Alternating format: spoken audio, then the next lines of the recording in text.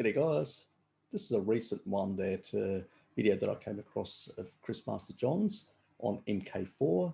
Um, I'm just going to give my opinion on why I think some of the statements that he makes are not really supported by research.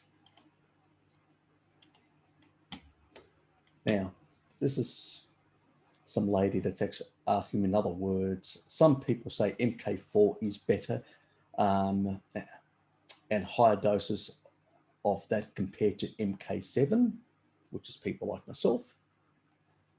And then Chris goes on to say, and in order not to affect copyright, he says the justification for having MK4 is somewhat speculative. And then he says, I wouldn't say speculative, he sort of changes his tune a bit, but it's at kind of theoretical level.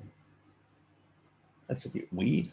So basically MK4 is not very good at supporting blood clotting, but MK7 and K1 are.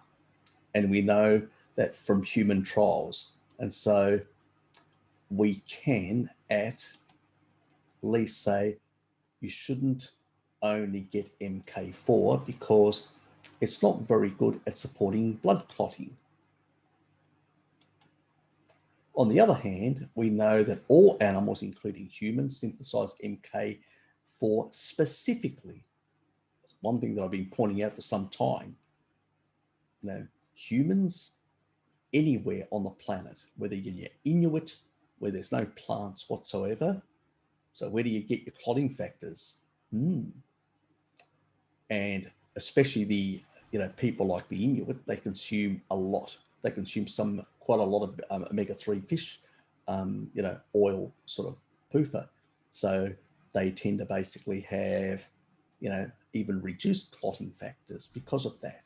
So they should be bleeding to death without basically either, your soya-based kibble MK7, or basically, your K1 from green leafy vegetables, and all those other oxalates in there, and those phytosterols, that plant cholesterol that basically gets into your red blood cells, and then your red blood cells can't elongate to get through very thin, vascular, arteries. Yes, that sort of shit.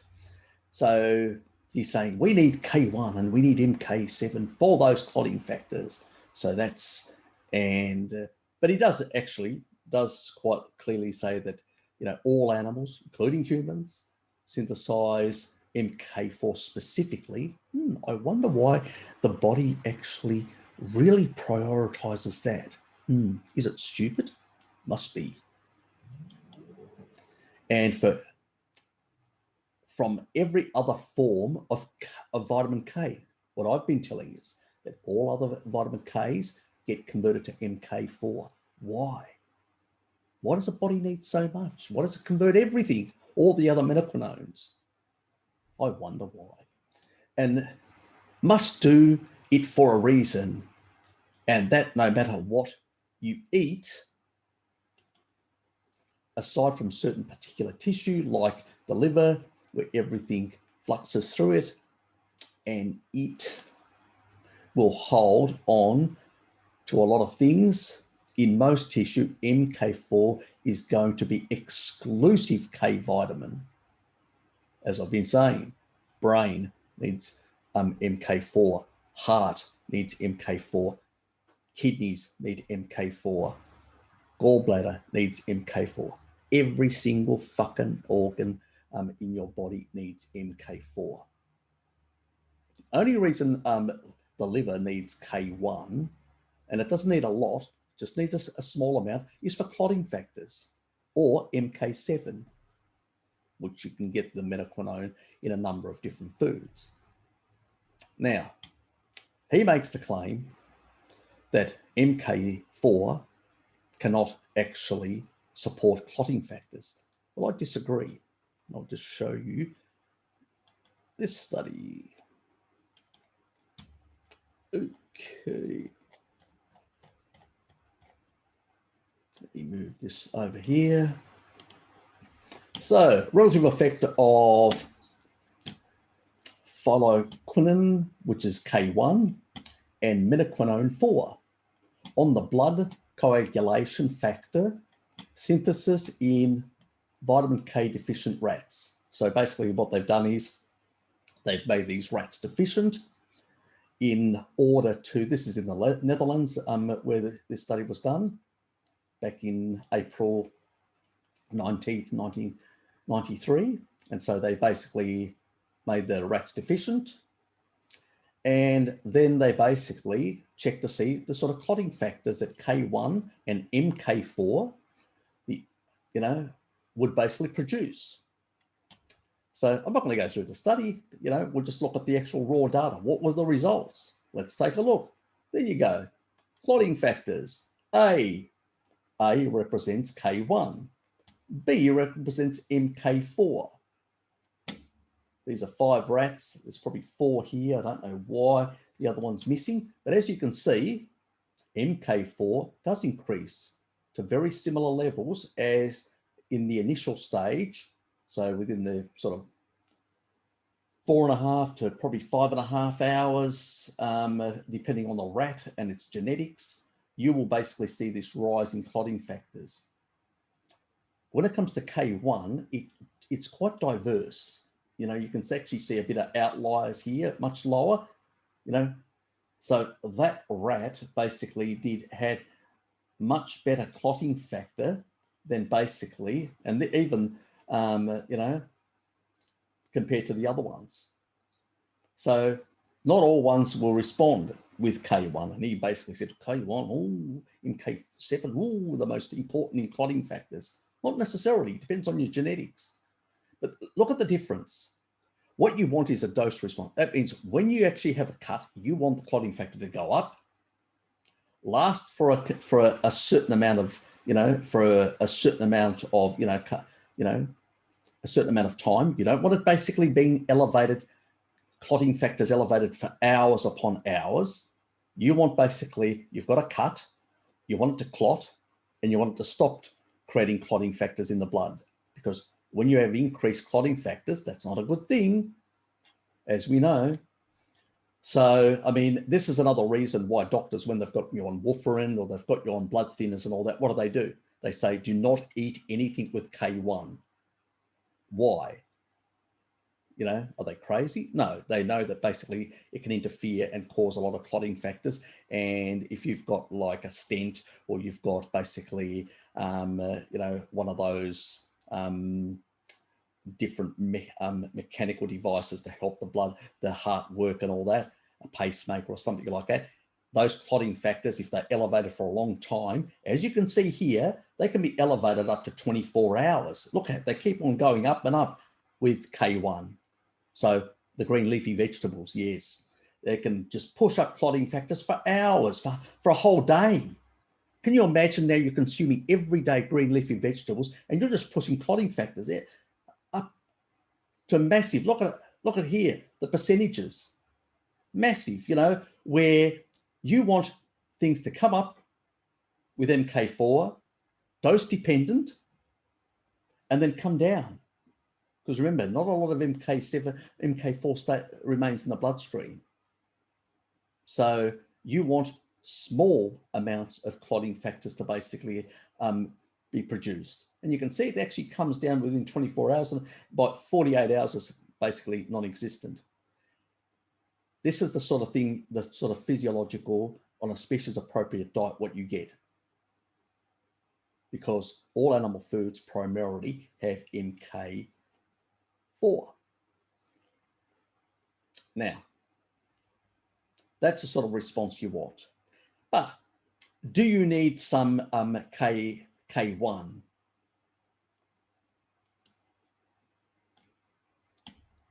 Phylloquinone. Yes, you need some phylloquinone. You need it in the liver because it does control a lot of the clotting factors. So you need some stored in there. Okay, you don't need a lot. You need some stored in there, which is important. Okay, so we've actually seen the dose response of the two. And so when you're eating a lot of these clotting factor type foods, look at the sort of response, too much clotting factor in the bloodstream. Very species inappropriate, as you would agree. Where the MK4, on the other hand, is more species appropriate in the response. Quick and out of the way. That's what you want. Clot it up, stop the bleeding, and then fucking go away, because we don't want to have, clotting factors in the blood. We don't want to have these clotting proteins in the blood. We want them, they do their job and then out of the way. That is why you don't have a lot of clotting factors in people who are on a species appropriate diet. It's only people on inappropriate diet. Now, let's look at the other stuff that he's actually saying. Okay.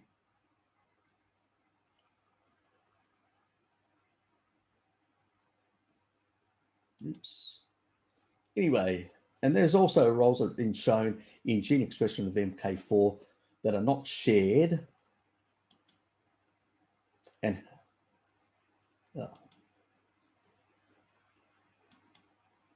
that are not shared by any other vitamin K vitamins. And so you have a very good theoretical base to say you should have some MK4, but you don't have any, but we don't, you don't, it should have been we don't, or he's saying to her, oh yeah, you don't, it should be we, but anyway, don't have any trials showing it. Where we do have trials showing that we don't have any showing MK4 is better than anything. So it's just speculating here. Many head-to-head comparisons different. But as he pointed out, the only K vitamin element, the MK4, the metaquinone 4, is the only one that has direct effect on the genome. None of the others do. The biological process MK4, metaquinone 4, is wide endemic throughout every single cellular function. I will do a comprehensive thing on MK4. I just haven't got around. I've given you bits and pieces here and there, but I will do a comprehensive. This is just to argue these points that he's making, and then he's speculating. Then he does point out some truths, but then he basically, gives it. He treats it like it's not as important, which is, why would we have so many genes tied to MK4 and it's not important? I mean, give us a break, Chris.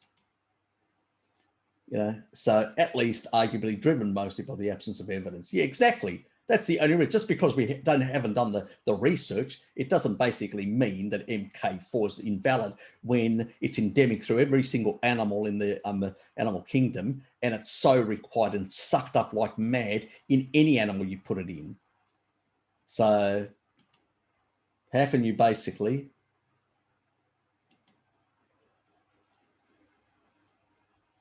And then he goes, there is no RCTs showing that MK4 is good for anything.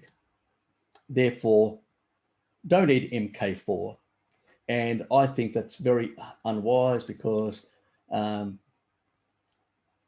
he just goes on and on. And he goes, we wouldn't have got K1 from play, so on the basis of should... What is it doing?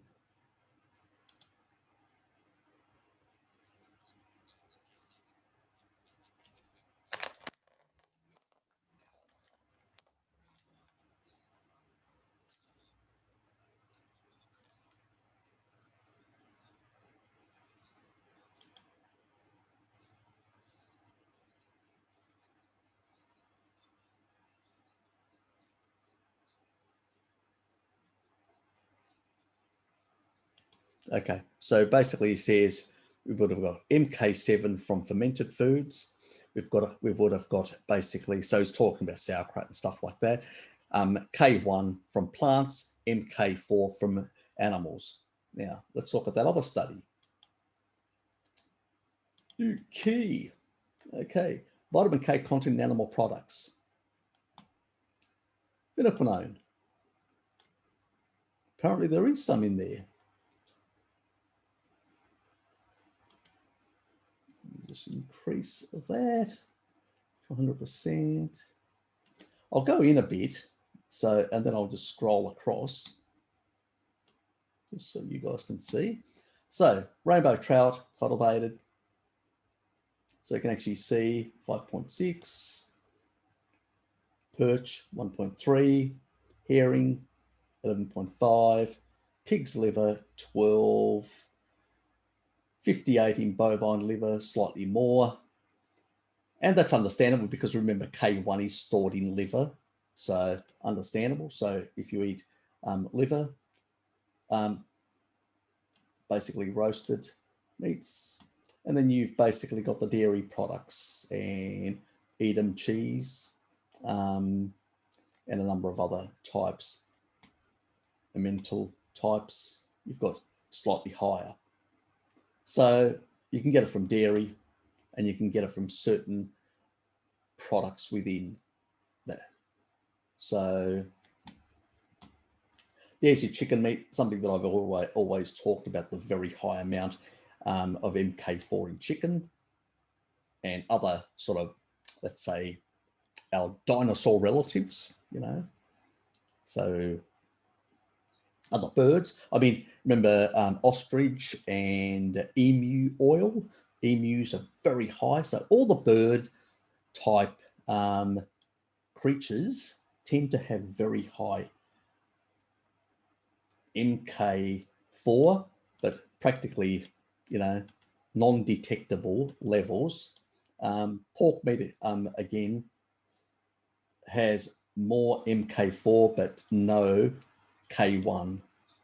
So only pork liver has, you know, very low. So basically your best source of K1 is beef foods and beef sources. Okay. And that. So your best in terms of MK4 is definitely chicken or turkey or, you know, any bird-like creature. Pork liver is pretty good. You know, certain dairy foods are pretty good as well. So it varies. I mean, you know, I mean, this is an extensive list. There are other animal products that have slightly higher K1 and others that have slightly higher MK4. They vary. This isn't an extensive list, but basically, you know, the argument that he makes is where you get them from. And let's say the MK7 as well. Well, there you go. There's a whole lot of animal foods, you know. Again, that's beef. That's bovine liver. Has a lot of MK7. Pig's liver has slightly less. And the tissue of both those animals are slightly less. Now, chickens have got none. So beef and pork will give you, you know, the MK7 and the K1 is only in basically beef, and it's also in goats and lamb and stuff like that. So I don't know why K1 isn't in pork, and it's only in the liver. You know, maybe because the way their gastric system is, that potentially so is like that. So it's just one of those things. And you can see some of the others as well, some of the other minoquinones that are out there in amounts. So these are the sort of different values and all that of the different minoquinones.